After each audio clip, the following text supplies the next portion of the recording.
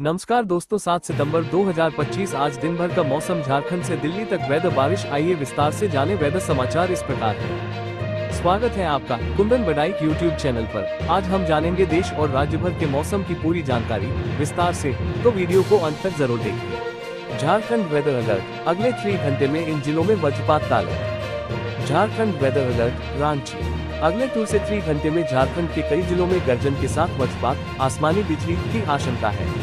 कुछ जगहों पर बारिश भी हो सकती है। रांची मौसम केंद्र ने ये जानकारी दी है। इसे लेकर तात्कालिक अलर्ट जारी किया गया है। वीडियो में देखते हैं। झारखंड में मौसम एक बार फिर करवट लेने वाला है। रांची मौसम विज्ञान केंद्र के अनुसार अगले 3 दिनों तक राज्य के कई हिस्सों में गरज चमक के साथ हल्की सी मध्यम बारिश हो सकती है। इस बीच तापमान में मामूली बढ़ोतरी दर्ज की जाएगी। आने वाले 2 दिनों में झारखंड के कई जिलों में अधिकतम तापमान 2 से 3 डिग्री सेल्सियस तक बढ़ सकता है। बीते 24 घंटे में रांची का अधिकतम तापमान 30.8 डिग्री और न्यूनतम तापमान 22.6 डिग्री दर्ज किया गया। वहीं जमशेदपुर में अधिकतम तापमान 33.4 और न्यूनतम 25.1 डिग्री सेल्सियस रिकॉर्ड किया गया। पूर्वानुमान के अनुसार 10 सितंबर तक राज्य के अधिकांश हिस्सों में गरज चमक के साथ हल्की से मध्यम बारिश होने की संभावना है। 7 और 8 सितंबर को भी कई जिलों में बारिश होने की उम्मीद नहीं। 9 और 10 सितंबर को कई जगहों पर बारिश का दौर जारी रहेगा। दोस्तों, पूरे देश का खबर मानसून का वीडियो में देखते हैं। देश भर में भारी बारिश के कारण पहाड़ी राज्यों से लेकर मैदानी इलाकों तक तबाही मच गई है। राजस्थान में भारी बारिश के चलते कई नदी बारिश में नेशनल हाईवे 162 का आधा हिस्सा बह गया। उदयपुर में हायाट नदी का पानी कई कॉलोनियों में घुस गया, जिसके चलते कई घर पानी में डूब गए। दिल्ली में भारी बारिश के बाद यमुना नदी डेंजर लेवल के ऊपर बह गई और टेस्टी मार्केट, यमुना बाजार, वासुदेव घाट, निगम बोध घाट, मयूर विहार और कश्मीरी गेट समेत शहर के कई हिस्सों में बाढ़ जैसे हालात हैं। स्वामी नारायण मंदिर परिसर में 5 फीट तक पानी भर गया है। उत्तर प्रदेश के मथुरा में 20 से ज्यादा कॉलोनियों में यमुना का पानी घुस गया है। वहीं आगरा के ताजमहल की बाउंड्री तक यमुना का पानी पहुंच गया है। मध्य प्रदेश के बड़वानी के तोरण माल में भारी बारिश के चलते भूस्खलन हुआ। हादसे के चलते पहाड़ियों से बड़ी बड़ी चट्टानें आकर सड़क पर गिर गई, जिससे सड़क जाम हो गई। वहीं भोपाल का बड़ा तालाब ओवरफ्लो हो गया। इसके चलते भगवदा डैम के गेट सीजन में पहली बार खोले। हरियाणा और पंजाब के कई गांवों के लिए घग्गर नदी चिंता का कारण बनी हुई है। कैथल में शनिवार को जलस्तर 24 फीट तक पहुंच गया, जबकि खतरे का निशान 23 फीट है। हरियाणा सरकार ने टटियाना गांव के पास करीब 2 किलोमीटर तक पत्थरों से बांध को मजबूत किया, लेकिन पंजाब की तरफ ऐसे इंतजाम नहीं हुए। हरियाणा की तरफ अभी कोई फसलों को ज्यादा नुकसान नहीं है, लेकिन पंजाब क्षेत्र की ओर करीब 2 फुट फसलों में पानी जमा हो गया है। अधिकारी भी समय समय पर मौके का दौरा कर स्थिति का जायजा ले रहे हैं। नतीजा यह है कि हरियाणा में खेतों में करीब 1 फीट पानी है, जबकि पंजाब के पटियाला जिले के गाँव में 2 से 2.5 फीट तक पानी भर चुका है।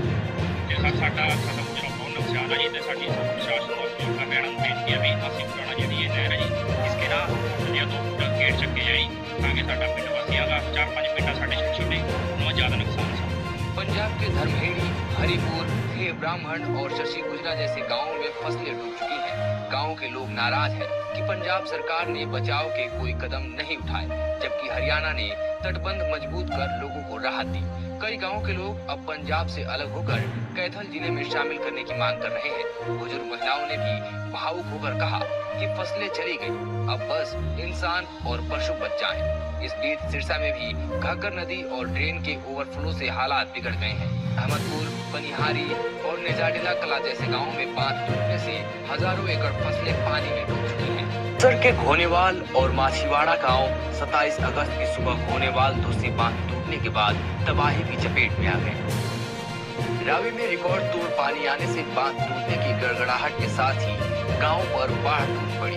लोगों को घर और सामान बचाने का मौका तक नहीं मिला। कई परिवार छतों और ऊंचाई वाले टीलों पर शरण लेने के लिए मजबूर हो गए। समझ नहीं लग रही कि ਅਸੀਂ ਮਹਿਲਾਂ ਤੋਂ ਉੱਤਰ ਕੇ ਤੇ ਰੋਡ ਤੇ ਆ ਕੇ ਤੰਬੂ ਲਾ ਕੇ ਬੈਠੇ। ਅਜੇ ਸਾਨੂੰ ਕੋਈ ਗੱਲ नहीं ਆਉਂਦੀ ਵੀ ਕੀ अगली गल की करिए। ग्रामीणों की माने तो उनकी पूरी जिंदगी की कमाई पानी में बह गई। सुखजिंदर कौर का 28 लाख का कर्ज लेकर बनाया घर ढह गया। वहीं मनजिंदर कौर के मकान में दरारें पड़ गई। कई परिवारों का गेहूं चावल तक खराब हो चुका है। कुछ के पास पहनने के लिए कपड़े और बिस्तर तक नहीं बचे। गाँव में 520 घर प्रभावित हुए हैं। प्रशासन ने 8 में से 3 बांधों को बांधने की कोशिश शुरू की है, लेकिन 5 जगह मशीनरी नहीं पहुंच पाई। खेत अब भी पानी और रेत से ढके हैं, जिससे किसानों का कहना है कि 3 साल तक खेती संभव नहीं।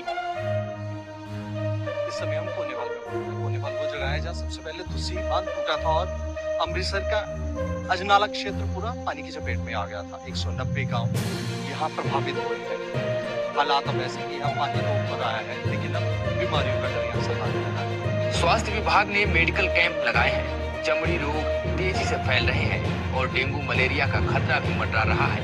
एडीसी रोहित गुप्ता के अनुसार अब तक 190 गांव प्रभावित, 5 मौतें और 134 घर तबाह हो चुके। Weather update. रविवार से धीमा पड़ेगा मानसून, 12 तक कोई अलर्ट नहीं। शिमला, संतोष। शनिवार को येलो अलर्ट के बीच में हल्की फुल्की बारिश हुई, जिससे लोगों ने थोड़ी राहत पाई है। आगामी दिनों में राहत की बात यह है कि 12 सितंबर तक किसी भी प्रकार का कोई अलर्ट नहीं रहेगा। शनिवार को राजधानी शिमला और कुछ अन्य जिलों में बारिश हुई, जबकि कुछ क्षेत्रों में बादल छाए रहे और कहीं धूप भी खिली। बीते 24 घंटों में बिलासपुर जिले के नैना देवी में सबसे अधिक 136 मिलीमीटर वर्षा दर्ज की गई। उधर कुल्लू के इन्ना अखाड़ा बाजार में बीते दिनों हुए भूस्खलन में दबे लोगों को निकालने के लिए सर्च ऑपरेशन जारी रहा। यहां 3 और 4 सितंबर को 2 अलग अलग भूस्खलन की घटनाओं में कुल 9 लोग मलबे में दब गए थे। इनमें से 8 लोगों के शव निकाल लिए गए हैं। 3 सितंबर को दबे एनडीआरएफ के सदस्य नरेंद्र पुत्र सुखराम का शव शनिवार को निकाला गया। 4 सितंबर को भूस्खलन की चपेट में आए बकार अहमद मीर, हुसैन लोन और ताहिर दीन अहमद शेख के शव भी निकाले गए हैं। एक व्यक्ति की खोज अभी भी जारी है। प्रशासन, एनडीआरएफ, एसडीआरएफ, पुलिस और आपदा प्रबंधन की टीमें लगातार राहत और बचाव कार्यों में जुटी हुई हैं। राज्य आपातकालीन परिचालन केंद्र की रिपोर्ट के अनुसार इस मानसून सीजन में अब तक 366 लोगों की मौत हो चुकी है, 41 लोग लापता हैं और 426 घायल हुए हैं। सर्वाधिक मौतें मंडी में 59, कांगड़ा में 50, चंबा में 43, शिमला में 39, कुल्लू में 38, किन्नौर में 28, सोलन में 26, ऊना में 22, बिलासपुर और सिरमौर में 18, हमीरपुर में 16 और लाहौल स्पीति में 9 दर्ज की गई है। बारिश के कहर से 1984 पशु और 26,000 से अधिक पोल्ट्री पक्षियों की भी मौत हुई है। प्रदेश में अब तक 6025 कच्चे पक्के मकान क्षतिग्रस्त हुए हैं, जिनमें 1159 पूरी तरह ढह गए हैं। इसके अलावा 455 दुकानें और 5113 पशुशालाएं भी धराशायी हो गई हैं।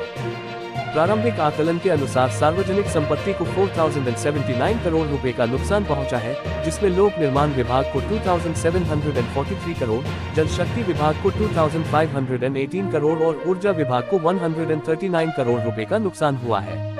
राजस्थान के 33 जिलों में भारी से अति भारी बारिश का अलर्ट। Rajasthan weather update. भारतीय मौसम विज्ञान विभाग (IMD) ने राजस्थान के सभी 33 जिलों में 7 और 8 सितंबर 2025 को भारी से अत्यंत भारी बारिश का अलर्ट जारी किया है।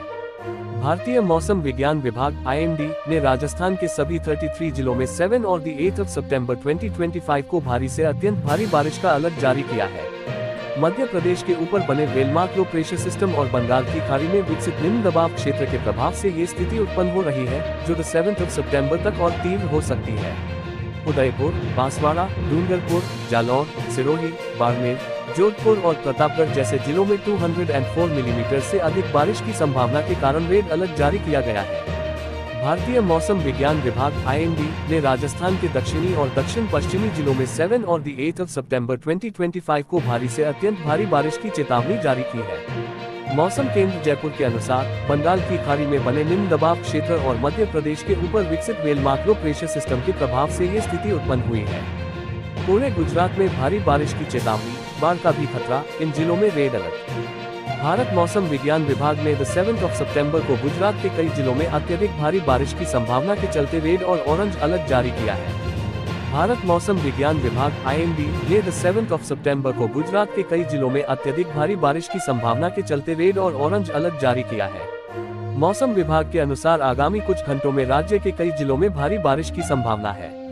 7 जिलों में अत्यधिक भारी बारिश के लिए रेड अलर्ट, 18 जिलों में ऑरेंज अलर्ट और अन्य जिलों में येलो अलर्ट जारी किया गया है। मौसम विभाग के अनुसार कच्छ, बनासकांठा, पाटन, मोरबी, दादरा और नगर हवेली, दमन और वलसाड में अत्यधिक भारी बारिश के लिए रेड अलर्ट है। जबकि देवभूमि द्वारका, पोरबंदर, जामनगर, जूनागढ़, राजकोट, गिर सोमनाथ, अमरेली, भावनगर, कोटा, सुरेंद्रनगर, अहमदाबाद, महेसाना, गांधीनगर, साबरकांठा, सूरत, नवसारी, तापी और डांग जिलों में भारी बारिश के लिए ऑरेंज अलर्ट जारी किया गया है। अन्य जिलों में येलो अलर्ट लागू रहेगा। हिमाचल प्रदेश में इस मानसून सीजन तक बारिश, बाढ़, लैंडस्लाइड से जुड़ी घटनाओं में 366 लोगों की मौत हो चुकी है। राज्य सरकार को 4 लाख करोड़ की संपत्ति का भी नुकसान हुआ। वहीं गुजरात में रविवार को कई जिलों के लिए बारिश का रेड अलर्ट जारी किया गया। बनासकांठा में मवेशी चला रहे लोग साबरमती नदी की पार में फंस गए थे, जिन्हें एसडीआरएफ की टीम ने रेस्क्यू कर बाहर निकाला। और अब ये तबाही की तस्वीरें उत्तराखंड के उत्तरकाशी के नौगांव की है। शनिवार देर शाम देवकसारी में बादल फटा। हादसे के चलते कई जगह पानी के तेज बहाव में जनजीवन अस्त व्यस्त हो गया। आलम ये था कि राहत और बचाव के लिए मौके पर रेस्क्यू टीमों को बुलाना पड़ा। वहीं राजस्थान में बारिश के चलते नदी नाले उफान पर है। राजसमंद में तेज बारिश से नेशनल हाईवे 162 का आधा हिस्सा बह गया। उदयपुर में आयड़ नदी का पानी कई कॉलोनियों में घुस गया, जिसके चलते कई घर पानी में डूब गए।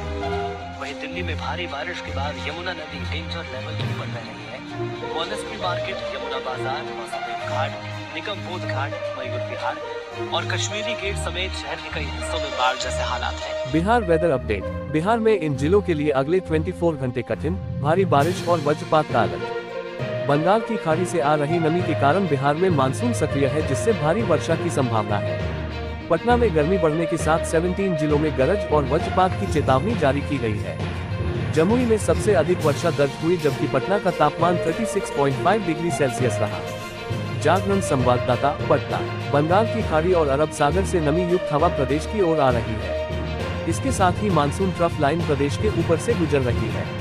आने वाले दिनों में मानसून ट्रफ मजबूत होने के साथ प्रदेश के कई हिस्सों में भारी वर्षा की संभावना है।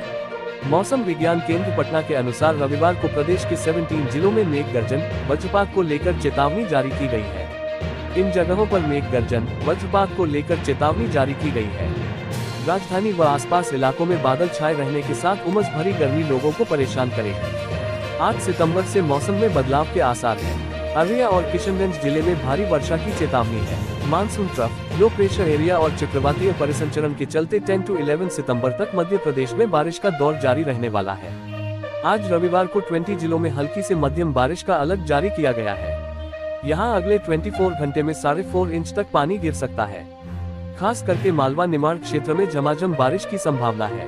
एमपी में अब तक 40.6 इंच बारिश हो चुकी है, जो सीजन की 110% है। प्रदेश की सामान्य बारिश औसत 37 इंच है। मध्य प्रदेश में दीर्घावधि औसत से 25% अधिक वर्षा हुई है। पूर्वी मध्य प्रदेश में औसत से 21% और पश्चिमी मध्य प्रदेश 28% अधिक वर्षा हुई है। एमपी में अब तक 40.6 इंच बारिश हो चुकी है, जो सीजन की 110% है। अब तक 32.4 इंच बारिश होनी थी। प्रदेश की सामान्य बारिश औसत 37 इंच है। पिछले मानसूनी सीजन में औसत 44 इंच बारिश हुई थी। गुना सबसे ज्यादा 63.1 इंच, श्योपुर में 55.8 इंच, मंडला में 55.8 इंच और शिवपुरी में 53.3 इंच बारिश हुई है। खरगोन में सबसे कम 25.1 इंच, खंडवा में 25.4 इंच, बुरहानपुर में 25.5 इंच, बड़वानी में 25.6 इंच और शाजापुर में 26.2 इंच बारिश हो चुकी है। हरियाणा के हिसार में सिंघवा राघो माइनर टूटने के बाद शनिवार को गुराना और खानपुर गांव के बीच विवाद हिंसक झड़प में बदल गया। दोनों ओर से पत्थरबाजी हुई, जिसमें 25 लोग घायल हो गए। घटना से हालात तनावपूर्ण हो गए, जिसके बाद पुलिस बल तैनात किया गया। शुक्रवार तड़के गुराना गांव में माइनर टूटी थी। शुरुआत में पानी गुराना के खेतों में भरा, लेकिन देर रात तक उसका बहाव खानपुर और सिंधड़ की ओर बढ़ गया। शनिवार को इसी मुद्दे पर दोनों गांव के लोग आमने सामने आ गए और विवाद बढ़ते बढ़ते पत्थरबाजी तक पहुंच गया। खानपुर और सिंधड़ के ग्रामीणों का आरोप है कि गुराना गांव वालों ने जानबूझकर माइनर तोड़ी ताकि अपने खेतों का दबाव कम कर सके। उनका कहना है कि अगर पानी बहता रहा तो खानपुर, सिंधड़, सिंघवा राघो और गिराए गांव डूब जाएंगे। बढ़ते खतरे को देखते हुए लोग अपने पशुओं और जरूरी सामान को सुरक्षित जगहों पर शिफ्ट कर रहे हैं। पूरा पंजाब बाढ़ की चपेट में है और लुधियाना में पिछले 60 घंटे से सतलुज नदी को रोकने की जद्दोजहद जारी है। सतलुज का पानी लगातार आबादी की ओर बढ़ रहा है, लेकिन प्रशासन के ग्राउंड सपोर्ट सेना की परफेक्ट प्लानिंग, एनडीआरएफ और स्थानीय लोगों की मदद से अब तक उसे गांव में घुसने से रोका गया है।